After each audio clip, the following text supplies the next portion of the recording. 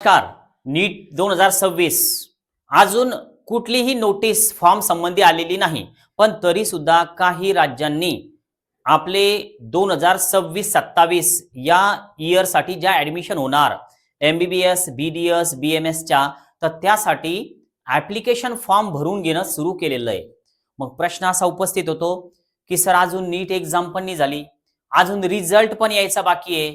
मग आता हा जो फॉर्म आहे हा नेमका कोणत्या बेसवर भरला जातो, तर हे सविस्तर अगोदर एका मिनिटात तुम्हाला सांगतो.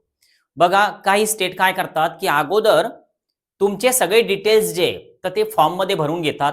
पेमेंट, फोटोग्राफ अपलोड असेल, हे सगळं करून घेतात. डॉक्युमेंट्स अपलोड असेल.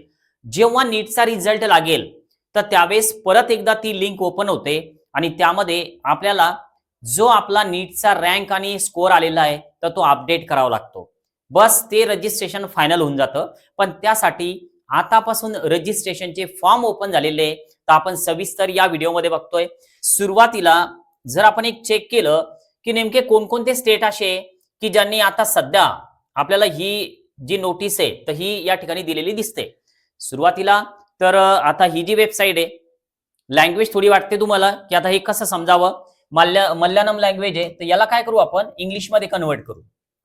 ठीक आहे, इंग्लिशमध्ये कन्वर्ट केल्याच्या नंतर ज्यावेळेस आपण इथं वरती स्क्रोल करतो, तुमच्या लक्षात आलं असेल की हे केरळाचं गव्हर्नमेंट ऑफ केरळाची ही वेबसाईट आहे. जसं महाराष्ट्राची ऍडमिशन प्रक्रिया सीईटी सेल मुंबईच्या वेबसाईटवर चालते, तशी एक केरळाची समजा सीईटी सेलची ही वेबसाईट. यामध्ये आपल्याला जर आपण एक सहज जर चेक केलं तर इथं यूजी ऍडमिशन आहे. थोडं जर तुम्ही काळजीपूर्वक जर लक्ष दिलं माझ्यासोबत, बघा हे जे 2026चं ऑनलाईन ऍप्लिकेशनचं न्यूजचं फ्लॅश होताना दिसतं इथं तुम्हाला. तुम्ही हे घरी जरी चेक केलं तरी पण तुम्हाला ते मोबाईलवर पण दिसून जाईल. मी यावर क्लिक करतो. क्लिक केल्याच्या नंतर थोडा हे लोड घेणार आहे. लोड घेतल्याच्या नंतर बघा इथं परत तुम्हाला हे प्रॉस्पेक्टस, नोटिफिकेशन हे सगळं दिसतं. आणि इकडं 2026 साठी नवीन ऍप्लिकेशन जे तर ते सुरू झालेले आहे. ऍडमिशन कोणकोणते आहे, engineering, agriculture, pharmacy, MBBS, BDS, homeopathy, हे सगळं आहे जवळपास. मग आता यात नेमकं आपल्याला कुठं काय चेक करायचं, बघा हे जे नोटिफिकेशन आहे तर यावर आपण क्लिक करू. नोटिफिकेशन हे लेटेस्ट यामध्ये आपल्याला ओपन करावं लागणार आहे.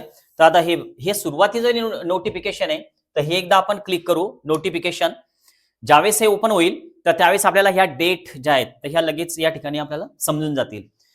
ऍडमिशन प्रक्रियेदरम्यान सर्वात महत्वाची जी चूक आपल्याच्यानं होते तर ती माहितीचा अभाव असल्यामुळे होते. तर त्यामुळं कुठल्याही प्रकारचे आपल्या संबंधित व्हिडिओज असतील, काही अपडेट असतील तर ते आवर्जून चेक करा. आपल्या मुलाचं काही नुकसान आपल्याला आता करायचं नाही या वर्षासाठी. तरी त्यानं 2 वर्ष खूप मेहनत घेतलेली आहे नीटसाठी.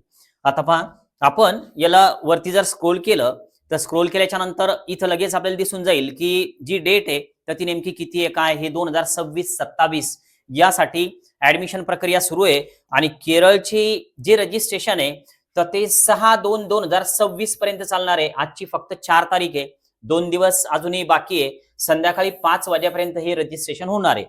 MBBS करायचं असेल केरळमध्ये, तुम्ही जर ओपन मध्ये असाल, महाराष्ट्रामध्ये प्रायव्हेट कॉलेजची फीज ही 8 लाख, 9 लाख, 14 लाखापर्यंत जाते. त्या तुलनेनं केरळमध्ये 7 lakh per year, 8 lakh per year, 9 lakh per year, 10 lakh per year पर्यंत फीज जाऊ शकते. तर त्यामुळं पॅरेंट्स काय करतात, दरवर्षी केरळ हे एक ऑप्शन मधून ठेवतात. म्हणजे जर स्कोअर जर थोडाफार कमी आला, केरळमध्ये जरी सीट मिळाली तरी सुद्धा MBBS करायचं सर, तर या हिशोबानं हे ते रजिस्ट्रेशन करून ठेवतात, हाताशी ठेवतात. तर त्यामुळे तुम्हाला जरी हे करायचं असेल तर नक्की तुम्ही केरळच्या रजिस्ट्रेशनचा विचार करा. अजून 2 दिवस आपल्या हाताशी. यानंतर पुढचं अपडेट कोणतं आहे ते चेक करू.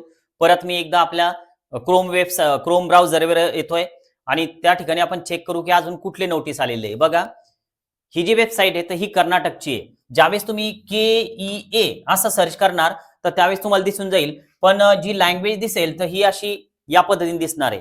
पण आपल्याला काय करायचं, इथं लँग्वेज चेंजचं ऑप्शन असतं.